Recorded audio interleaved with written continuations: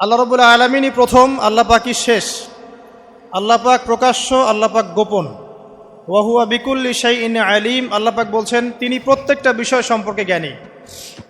সূরা হাদিদ আয়াত নাম্বার 3।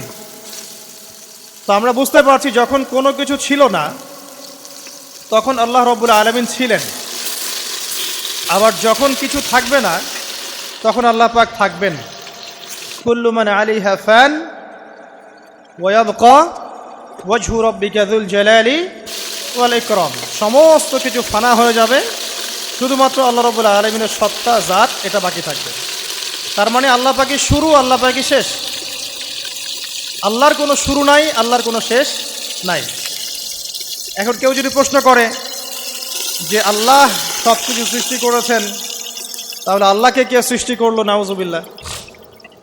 তখন আমরা বলবো যদি কেউ আল্লাহকে সৃষ্টি করত তাহলে তো সেই সৃষ্টিকর্তা হয়ে যেত, তাই নয় কি? এভাবে এক এক করে যদি আমরা পিছনের দিকে যেতে থাকি তাহলে একটা পর্যায়ে গিয়ে তো আমাদেরকে থামতে হবে। তা আমরা যেখানে গিয়ে থামছেন সেটাই হচ্ছে আল্লাহ রাব্বুল আলামিন। আল্লাহ পাকের আগে কিছুই ছিল না, বরং অতীত, বর্তমান, ভবিষ্যৎ এটা সময়ের মধ্যে আছে, যে সময়ের মধ্যে আমরা বাস করছি। আল্লাহ রাব্বুল আলামিনের কাছে এরকম অতীত, বর্তমান, ভবিষ্যৎ কিছু নাই। আল্লাহ রাব্বুল আলামিন একা ছিলেন, তখন কিছুই ছিল না।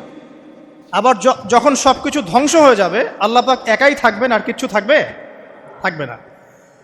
এখন আল্লাহ পাক সর্বপ্রথম সৃষ্টি করলেন আরশে আজিম। কি সৃষ্টি করলেন? এবং আরশটা পানির উপরে ছিল। কিসের উপরে? পানির উপরে। এরপরে আল্লাহ রাব্বুল আলামিন সৃষ্টি করেছেন কলম। আল্লাহ পাকের কাছে লাউহে মাহফুজ আছে। লাউহে মাহফুজ মানে সুরক্ষিত একটা ফলক। এখানে আল্লাহ পাক কলমকে বললেন লিখো।